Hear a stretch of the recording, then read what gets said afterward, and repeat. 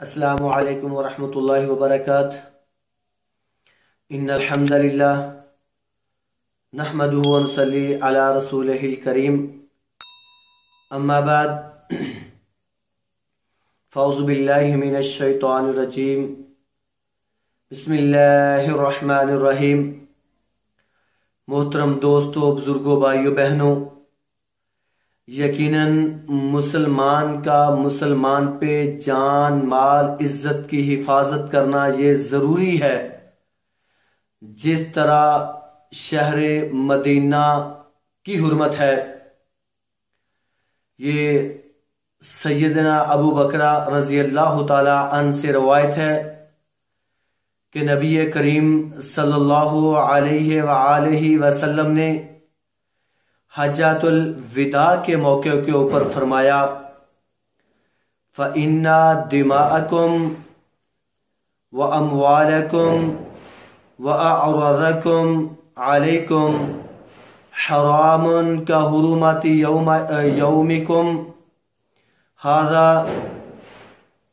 كَحُرُمَةِ يَوْمِكُمْ هَذَا فِي بَلَدِكُمْ هَذَا فِي شَهْرِكُمْ هَذَا وَسَتَلْقَوْنَ رَبَّكُمْ فَيَسْأَلُكُمْ عَنْ أَعْمَالِكُمْ أَلَا فَلَا تَرْجِعُوا بَعْدِي ذَلًّا يَضْرِبُ بَعْضُكُمْ رِقَابَ بَعْضٍ۔ یہ صحیح بخاری شریف کے اندر روایت ہے، کتاب التوحید، باب قول اللہ وجوہ یومئذ ناظرہ، 7447 نمبر حدیث ہے۔ بے شک تمہارے جان و مال اور عزتیں تمہارے لیے ایک دوسرے کے لیے اس طرح قابل احترام ہیں جیسے تمہارے اس دن کی حرمت۔ اس دن سے مراد یہ حج کا جو دن ہے، جس دن حج پڑھا جا رہا تھا، اس دن کی حرمت تمہارے اس شہر اور تمہارے اس مہینے میں ہے۔ اس دن جب تم اپنے رب سے ملو گے تو وہ تم سے تمہارے اعمال کے بارے میں پوچھے گا، بس تم میرے بعد گمراہ نہ ہو جانا کہ ایک دوسرے کی گردنیں کاٹنے لگ جاؤ۔ تو محترم بھائیو، یہ صحیح بخاری کے الفاظ ہیں۔ نبی صلی اللہ علیہ وسلم نے حجۃ الوداع کے اوپر یہ لفظ بتائے ہیں کہ جان و مال کی بھی حرمت یہ تمہارے اوپر فرض ہے، ضروری ہے۔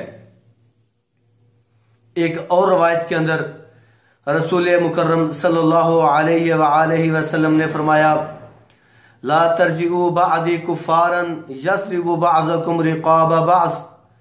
یہ بھی صحیح بخاری کے اندر 121 نمبر حدیث ہے کہ تم میرے بعد کفر کی طرف نہ لوٹ جانا کہ ایک دوسرے کی گردنیں کاٹنے لگو۔ تو بھائیو، خیال رکھو ایک دوسرے کی عزت کا، ایک دوسرے کی احترام کا، ایک دوسرے کے قتل کرنے کا۔ یقیناً پہلے یہ کہا جاتا تھا کہ لڑائی جھگڑے عام ہو گئے ہیں، لیکن اب ہر جو قتل و غارت ہے یہ بہت عام ہے۔ مسلمان اپنی کسی نہ کسی خواہش کی وجہ سے ایک دوسرے کو قتل کر دیتے ہیں، سوچتے تک نہیں ہیں۔ تو یاد رکھنا، سیدنا عبداللہ بن مسعود رضی اللہ تعالیٰ عنہ سے روایت ہے کہ نبی مکرم صلی اللہ علیہ وسلم نے فرمایا، اول ما یقضى بین الناس یوم القیامت فی الدماء۔ یہ بھی صحیح بخاری کی روایت، صحیح بخاری اور صحیح مسلم کے اندر روایت ہے کہ قیامت کے دن لوگوں کے درمیان سب سے پہلے قتل کے فیصلے کیے جائیں گے۔ صحیح بخاری کتاب الرقاب، باب القصاص فی یوم القیامہ، اور صحیح مسلم کے اندر 1678 نمبر حدیث ہے۔ تو اس لیے ہمیں خیال کرنا ہوگا اپنے مسلمان کی جان کی حفاظت، یہ ہمارے اوپر ضروری ہے، اور اسی طرح مال کی بھی حفاظت ہمارے اوپر ضروری ہے۔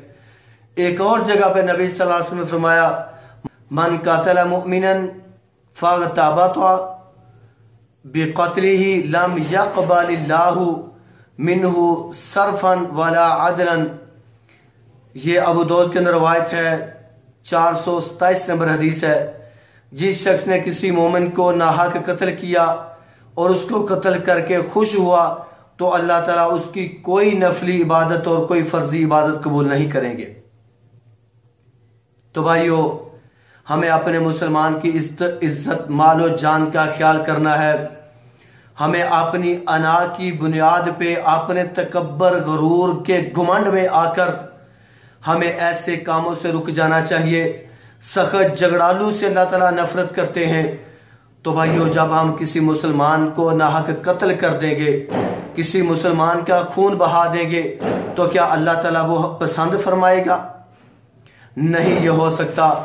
ہمیں اپنے آپ کو مضبوط دین کا ایک قلعہ بنانا چاہیے، اپنے آپ کو مضبوطی کے اندر لے کے آنا چاہیے۔ اللہ سے دعا کرتے ہیں، اللہ ہمیں دوسرے مسلمان بھائیوں کی، اپنے رشتہ داروں کی، اپنے تمام دوست احباب کی عزت و احترام کرنے کی توفیق عطا فرما، اور ہمارے جو غرور ہیں اور گھمنڈ ہیں ان کو نرمی کے اندر لے آ۔ یا اللہ ہمیں صحیح معنوں میں پکا اور سچا مسلمان بنا دے۔ اقول قولی ھذا استغفر اللہ لی ولکم۔